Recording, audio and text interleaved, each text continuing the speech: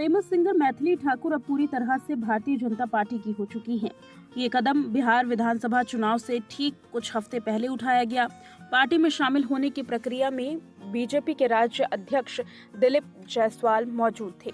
ANI से बात करते वक्त मैथिली ठाकुर ने कहा कि मैं प्रधानमंत्री और बिहार के मुख्यमंत्री नीतीश कुमार जी की आभारी हूँ। उनकी प्रेरणा लेकर मैं यहाँ उनके सपोर्ट में आई हूँ। मुझे नहीं लगता कि किसी राजनीतिक पार्टी में शामिल होना आपको राजनीतिक नेता बनाता है। मैं समाज की सेवा के लिए यहाँ हूँ और उनकी विचारधारा को हर व्यक्ति तक पहुँचाना चाहती हूँ। मैं मिथिला की बेटी हूँ, मेरी आत्मविश्वास में बसी है मिथिला। इसके अलावा उन्होंने कहा कि पार्टी ये तय करेगी कि मेरे लिए क्या प्लानिंग है। मैं यहाँ सिर्फ उनका सपोर्ट करने आई हूँ। पार्टी जो कहेगी मैं वही करूँगी। मैथिली ठाकुर आगे ये भी कहती हैं कि मैं वही करूँगी जो मुझसे कहा जाएगा। चुनाव लड़ना मेरा मकसद नहीं है। मैं वही करूँगी जो पार्टी मुझसे कहेगी।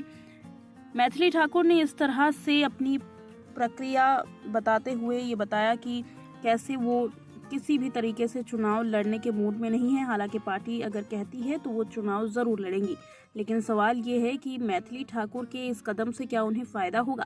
बता दें कि मैथिली ठाकुर को लेकर के अब ट्रोलिंग भी शुरू हो गई है। मैथिली एक युवा नेता बनने की रास्ते में आगे बढ़ चुकी हैं। हालांकि चुनाव लड़ने को लेकर के पार्टी ने अभी कोई भी ऐसा निर्णय नहीं लिया है। वहीं दूसरी तरफ मैथिली ठाकुर, जो कि एक फेमस गायक हैं, लोक गीतों के माध्यम से जनता तक पहुंचती हैं, घर घर तक पहुंचती हैं, बिहार के गीतों को आगे प्रोत्साहित करती हैं। लेकिन क्या अब भारतीय जनता पार्टी में आने के बाद लोक गायिका मैथिली ठाकुर का सफर बदलने वाला है? जिस तरह से एक सिंगर होने के नाते मैथिली को हर तबके से प्यार मिला, क्या पार्टी में जाने के बाद लोगों का नजरिया मैथिली के लिए बदलने वाला है? ये देखना काफी दिलचस्प होगा। मैथिली ठाकुर फिलहाल भारतीय जनता पार्टी का हिस्सा बन चुकी हैं, शामिल हो चुकी हैं। हालांकि बिहार विधानसभा चुनाव को लेकर के मैथिली के लिए कोई ऐसा निर्णय नहीं लिया गया है कि मैथिली बिहार में चुनाव लड़ेंगी।